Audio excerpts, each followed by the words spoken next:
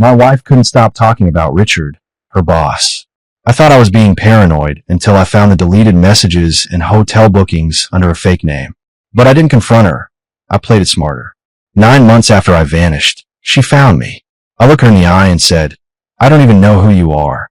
My name is Daniel Cross. I'm 44 years old, and I own 3 pharmacies in the Dallas area. Built them from the ground up over the past 15 years. It's honest work, good money, and I take pride in serving my community. I'm not some corporate suit or high-power executive, just a guy who worked hard to provide for his family." Amanda, my wife, she's 41. We met at a charity gala about 18 years ago. She was working as a junior financial consultant back then, fresh out of grad school with big dreams and this infectious energy that just pulled you in. I was managing my first pharmacy, barely scraping by, but she saw something in me. We got married after 3 years of dating, bought a house in a quiet neighborhood, and had 2 amazing kids. Chloe's 15 now, smart as a whip and already talking about college. Caleb just turned 10, loves baseball more than anything in this world. For years, everything was solid. Amanda climbed the ladder at her firm, eventually making senior financial consultant. I expanded to 3 locations. We were living the American dream, or so I thought. Then about 8 months before everything fell apart, things started changing. Subtle at first, the kind of stuff you tell yourself you're imagining. Amanda started working late more often. Not every night, but enough that I noticed. "Big client," she'd say.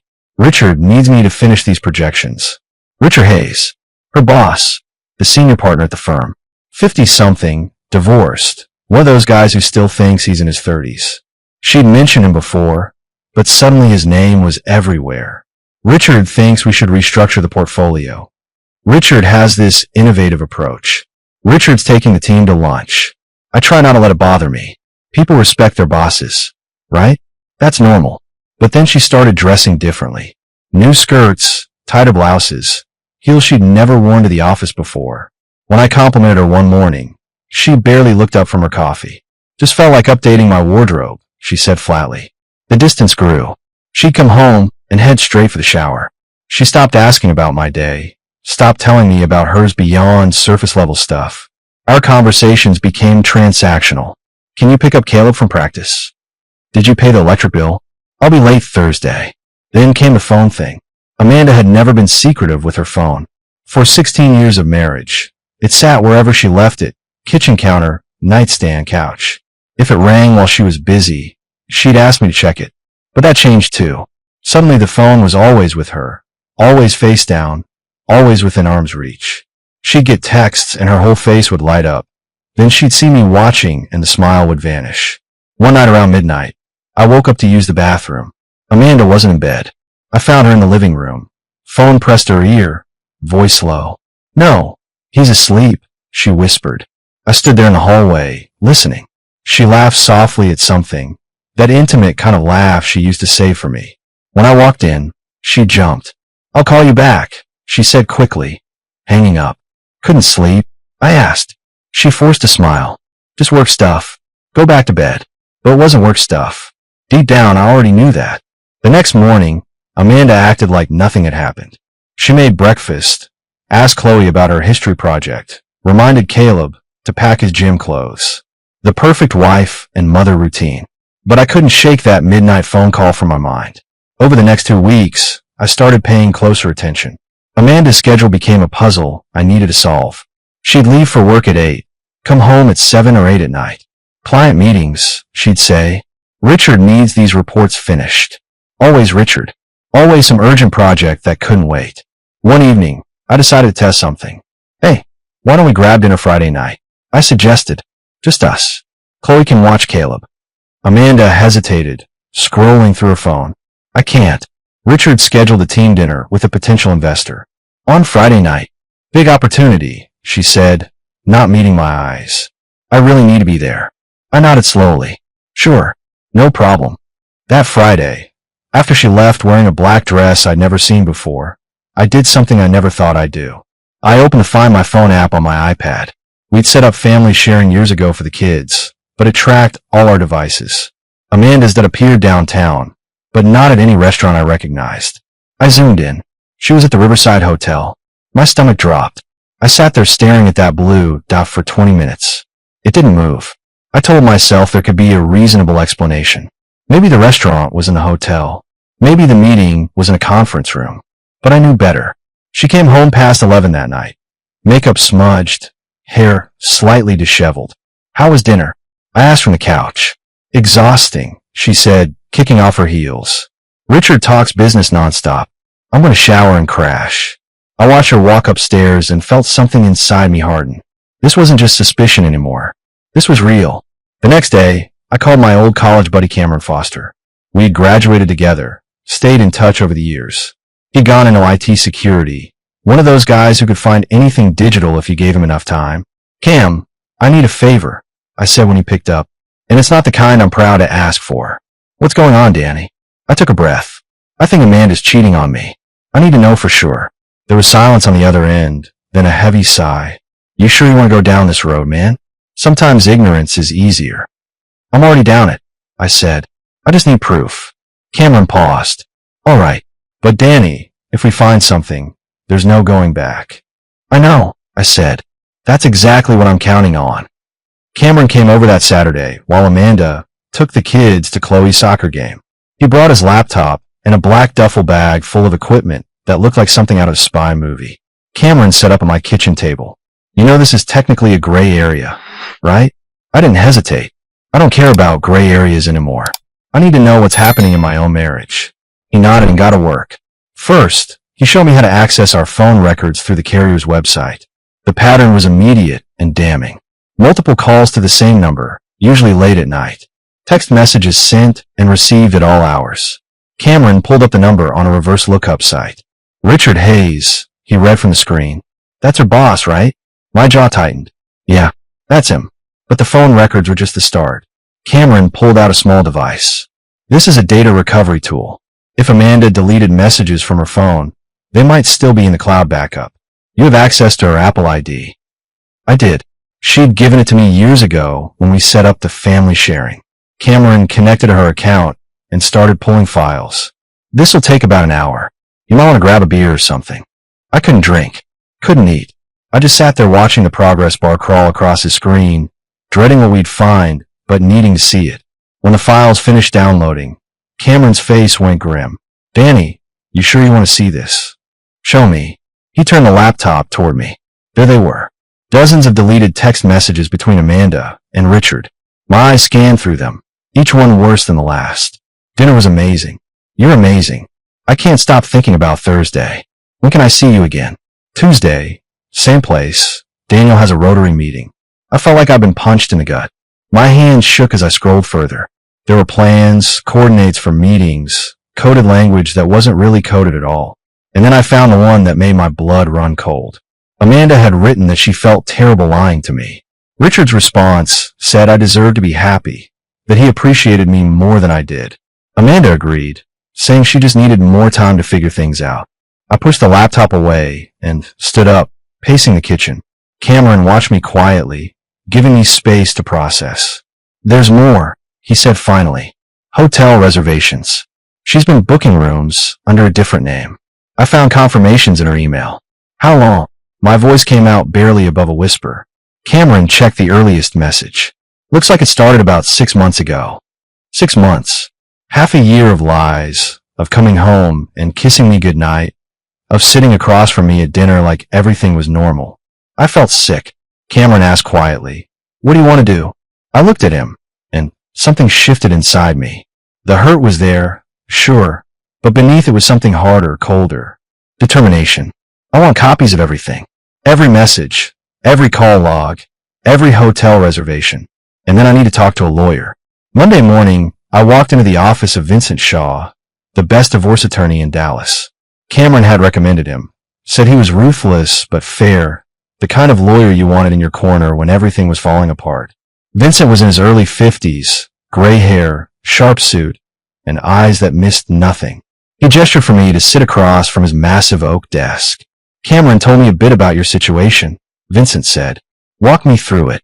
I laid out everything. The phone calls, the changed behavior, the hotel locations, and finally, I handed him the flash drive Cameron had prepared. It's all on here. Messages, emails, phone records, everything. Vincent plugged it into his computer and spent several minutes reviewing the files. His expression remained neutral, professional. Finally, he leaned back in his chair. Mr. Cross, I'm not going to sugarcoat this. What you've got here is solid evidence of infidelity. In Texas, while we're a no-fault divorce state, proof of adultery can impact property division and potentially alimony. I don't want her to get a dime more than she's legally entitled to, I said firmly. Understood. First thing we need to do is protect your assets. You own 3 pharmacies, correct? Yes. Built them myself over 15 years. Vincent made notes.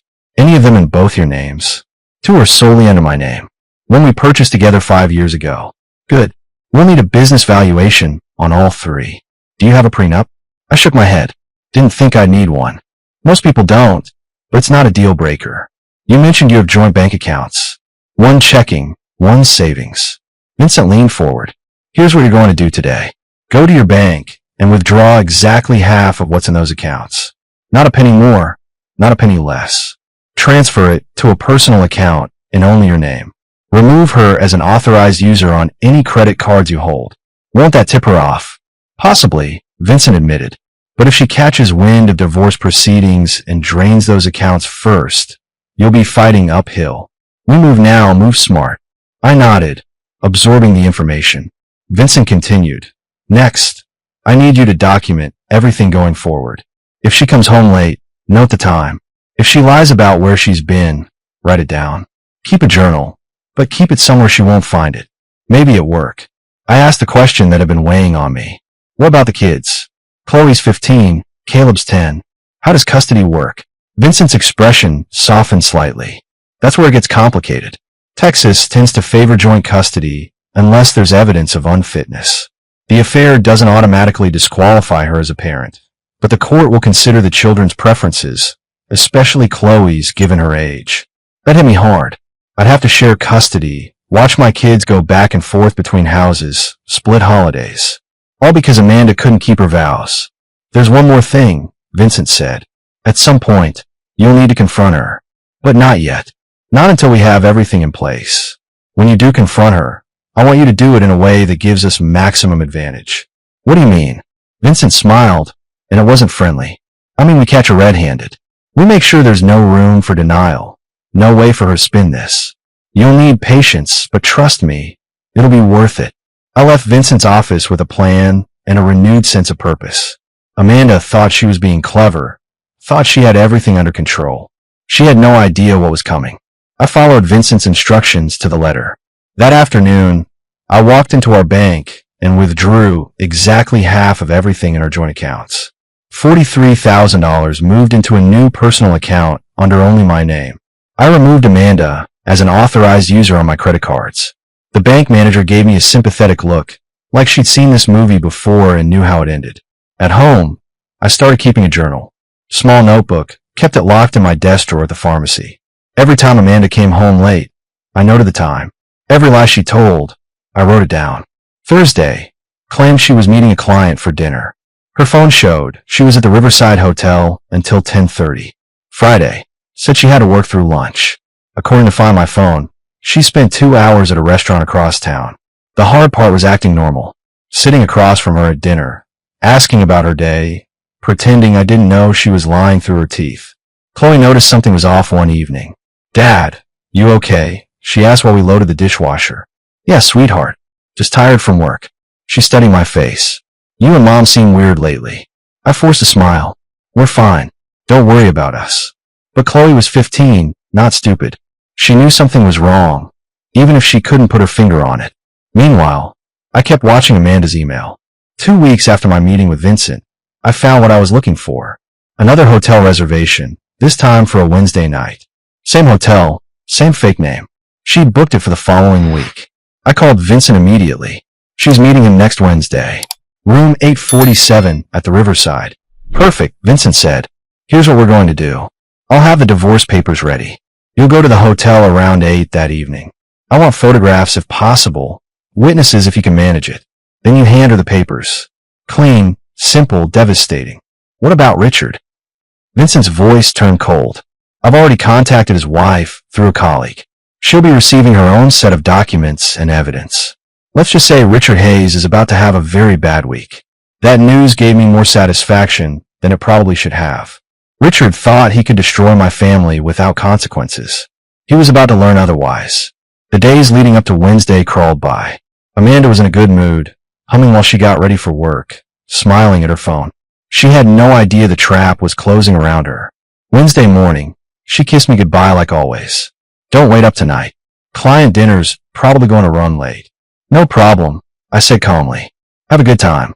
She left, and I stood there in our kitchen, feeling nothing but cold determination. Tonight, everything would come to an end.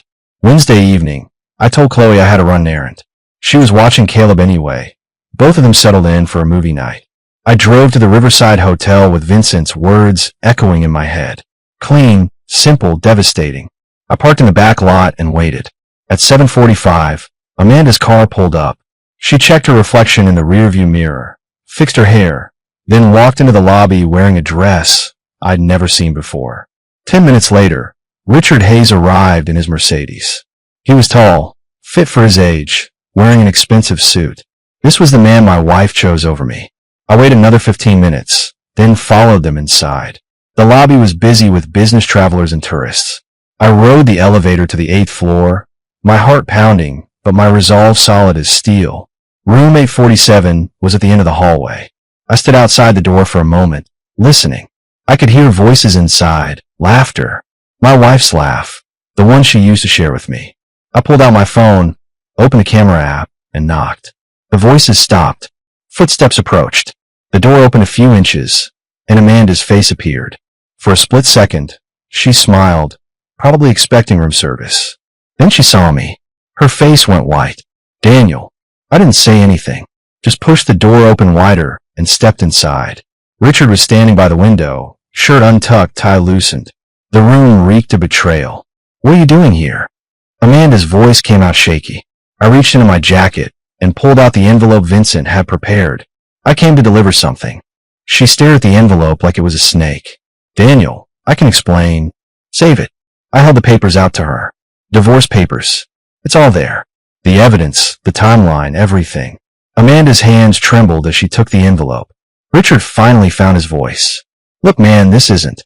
I turned to face him, and whatever he saw in my eyes made him shut up. Your wife's getting her own package tomorrow morning. Richard, courtesy of my lawyer. Hope your career can survive a workplace affair scandal. His face drained of color. You can't. I already did. I looked back at Amanda. She was crying now, mascara running down her cheeks. 6 months, Amanda. 6 months you lied to my face. Came home and kissed me goodnight after being with him. Used our house, our life, as your cover story. Daniel, please. I don't even want to hear it, I said coldly. You made your choice. Now you get to live with it. I pulled out my phone and took a photo of them standing there together in that hotel room. Amanda gasped, but I didn't care. Evidence. Vincent wanted evidence. Everything's in the papers, I continued. My lawyer will be in touch about custody arrangements. You can pick up your things from the house this weekend when I'm not there. Amanda's voice broke. The kids. We'll be told the truth. Age appropriate, but the truth. I moved toward the door, then stopped. Oh, and Amanda, that secret account you've been transferring money to? The one you thought I didn't know about? My lawyer knows. All of it. Her eyes widened in panic. She'd been skimming money for months, probably planning her exit strategy with Richard. But I'd found that too. I walked out without looking back, leaving them standing there in their broken fantasy. In the elevator going down, I felt lighter than I had in months. The hard part was over. Now came the rebuilding. The next morning, I sat Chloe and Caleb down before school. This was the conversation I'd been dreading, but they deserved the truth. Kids, I need to talk to you about something important. I started. Chloe's face went serious immediately. She'd seen this coming. Your mom and I are getting divorced. Caleb's eyes went wide. What? I chose my words carefully. Your mom made some choices that broke our marriage. She's been seeing someone else, her boss from work. I found out, and I can't stay married to someone who lied to me like that. Chloe's jaw tightened. I knew something was wrong. How long? About 6 months.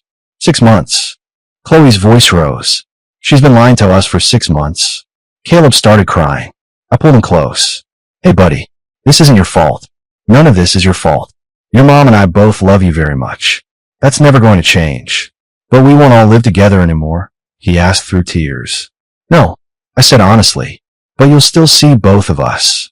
We're working out the details. Chloe stood up abruptly. I don't want to see her. Chloe. No, Dad. She destroyed our family. She lied to your face every single day. I'm 15, not stupid. I get to choose who I want to live with, and I choose you. Her words hit me harder than I expected. My daughter, taking my side without hesitation. You don't have to decide right now. I already did, she said firmly. Then she hugged me tight. I'm sorry this happened to you, Dad.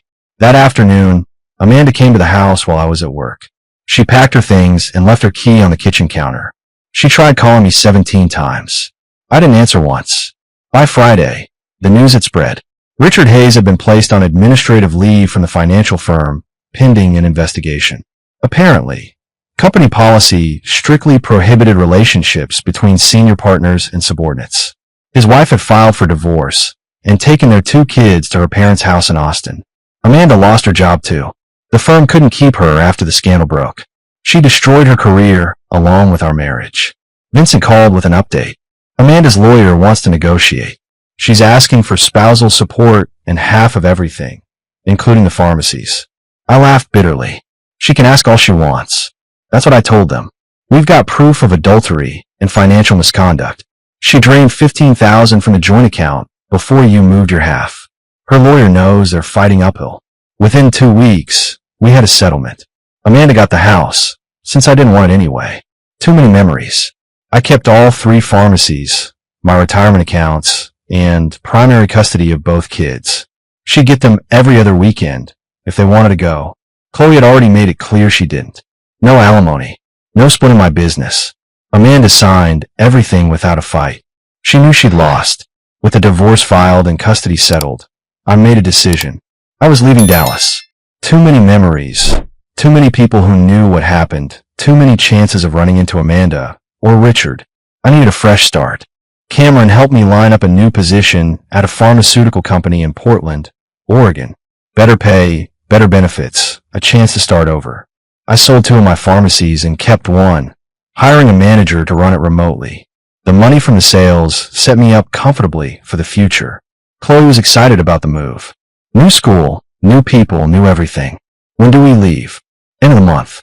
Think you can be ready? I've been ready since you caught Mom cheating, she said bluntly. Caleb was harder to convince. He didn't want to leave his friends, his baseball team, his room. But kids are resilient, and eventually, he came around. I closed my social media accounts, changed my phone number, set up a new email address. Anyone who needed to reach me could go through my lawyer. I wasn't interested in explanations, apologies, or drama. I was done with all of it. The day we left Dallas, I didn't look back. Loaded up the moving truck, strapped the kids in my SUV, and drove north. Amanda tried to stop by that morning to say goodbye to the kids, but I'd already left an hour early. She could see them on her scheduled weekends, if she wanted to make the trip to Oregon. Portland was everything Dallas wasn't. Cooler weather, different pace, people who didn't know my history. I bought a house in a quiet neighborhood with good schools. Chloe made friends almost immediately. Caleb joined a baseball league and started smiling again. My new job was challenging in the best way. I threw myself into work, into being present for my kids, into building a life that had nothing to do with Amanda or the past. Vincent handled the final divorce paperwork remotely. Everything was finalized 4 months after I'd caught Amanda at that hotel. The judge signed off on our settlement, and just like that, 16 years of marriage were officially over. I didn't feel sad, didn't feel much of anything except relief. Amanda had made her choice, and I'd made mine. She could live with the consequences while I moved forward. Some nights, I'd sit on my new back porch, beer in hand, and think about how different my life looked now. Better different. Freer different. The kind of different that comes from cutting out the rot before it spreads. I was 44 years old, divorced, and starting over. And for the first time in months, I felt like myself again. 9 months passed in Portland. 9 months of rebuilding, of finding myself again, of being the father my kids needed. The pharmaceutical company I worked for valued my expertise, and I'd already been promoted as senior operations manager. The pharmacy I still owned back in Dallas was thriving under my manager's leadership, sending me monthly profits that padded my savings nicely. Chloe was flourishing. Straight A's, new friends, even started dating a kid from her debate team. She'd grown stronger through all of this, more independent. Sometimes I'd catch her looking at me with this expression, like she was proud of how I'd handled everything. Caleb had joined a travel baseball team and was loving it. His coach said he had real potential. The kid smiled more now, laughed easier. The wound of the divorce was healing. As for me, I'd started dating again. Nothing serious, just coffee here and there with a nurse I'd met through work. Her name was Jennifer, and she had 2 kids from a previous marriage, a daughter Chloe's age and a son a year younger than Caleb. We took things slow, but there was something genuine there, something honest. One Saturday, Jennifer and I took all 4 kids hiking. Watching them interact, joking around, helping each other over rough patches on the trail, I felt something I hadn't felt in years. Hope for the future. That evening, after I'd dropped Jennifer and her kids off at their place, Chloe asked me about her. You really like her, don't you, Dad? I considered the question. Yeah, I do. Does that bother you? No, Chloe said thoughtfully. You deserve to be happy. After everything Mom put you through, you deserve someone who treats you right. My daughter's maturity never ceased to amaze me. Thanks, sweetheart. Just don't rush into anything, she added with a grin.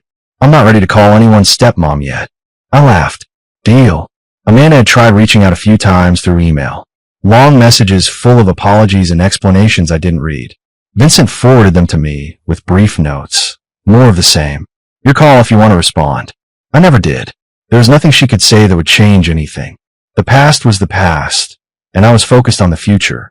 One thing that did surprise me was hearing that Richard Hayes had moved to another state after his divorce finalized. Colorado, someone said. His career in Dallas was finished, his reputation destroyed. Good riddance. Amanda, according to Chloe, who had heard from friends back in Dallas, was working as a receptionist at a dental office. A far cry from her senior consultant position. She tried to rebuild bridges with Chloe through texts, but my daughter kept her responses brief and infrequent. I'm not ready to forgive her, Chloe told me one night. Maybe someday, but not now. That's your choice to make, I said. No pressure either way. Life had settled into a good rhythm. Work, kids, the occasional date with Jennifer. Simple, honest, drama-free. Exactly what I needed. It happened on a random Tuesday evening. I'd taken the kids out for dinner at a small coffee shop we'd discovered near our house. Great burgers, good atmosphere. We were laughing about something Caleb's teacher had said when I noticed someone staring at our table from across the room. Amanda. My stomach dropped. What were the odds? Portland was over 1,000 miles from Dallas. How did she even find me here? She stood up and started walking toward her table. Chloe saw her first, and her whole body tensed. What is she doing here? Chloe hissed. Amanda reached our table, looking thinner than I remembered, older. Her eyes were red-rimmed like she'd been crying. Daniel, I can't believe I found you. I kept my voice calm, controlled. Amanda, I've been looking for you for 9 months, she said, her voice shaking. 9 months of calling, searching, trying to find where you went. I finally tracked you down through an old colleague who knew someone at your new company. And why exactly were you looking for me? I asked, my tone flat. Because I needed to see you. To explain. To apologize properly. She glanced at the kids. Can we talk? Alone. Chloe spoke up before I could answer. We don't want to hear it, Mom. Amanda's face crumpled. Chloe, please. I made a terrible mistake. I've lost everything. My job, my friends, my family. I just want a chance to make things right. I stood up slowly, making sure I had everyone's attention. Amanda, you had 9 months to think about what you did. I had 9 months to build a new life without you. So let me make this very clear. I looked her directly in the eyes, feeling nothing but cold indifference. I don't even know who you are. She gasped like I'd slapped her. Daniel, please. You made your choices. You lied for 6 months, destroyed our marriage, broke our children's trust. Those were your decisions. Now you get to live with them. But I love you, she whispered desperately. I made a mistake. Can't you forgive me? I shook my head. Love isn't the issue. Trust is. And you destroyed that completely. There's nothing left to save, Amanda. There hasn't been for a long time. Jennifer chose that moment to walk in the coffee shop. We planned to meet up after dinner for drinks. She saw the situation immediately and came over. Everything okay here, Daniel? Jennifer asked, placing a protective hand on my shoulder. Amanda's eyes widened, taking in Jennifer, then flicking to the kids who were clearly comfortable with her presence. You've moved on. Yes, I said simply. I have. Amanda looked between Jennifer and me, then at Chloe and Caleb. Reality was finally setting in. She'd spent 9 months searching for me, probably building up some fantasy of reconciliation, only to find that I'd build a whole new life without her. I should go, Amanda said quietly, tears streaming down her face. Yeah, I agreed. You should. She turned and walked out of the coffee shop. I watched her go, feeling nothing but relief that this chapter was truly closed. Jennifer squeezed my shoulder. You okay? Better than okay, I said honestly. I looked at my kids, at this woman who'd brought light back into my life, at the future we were building together. I'm exactly where I'm supposed to be. Chloe smiled at me, and I knew she understood. The past was behind us. Amanda could chase her regrets all she wanted, but we were moving forward, together, as a family, towards something better.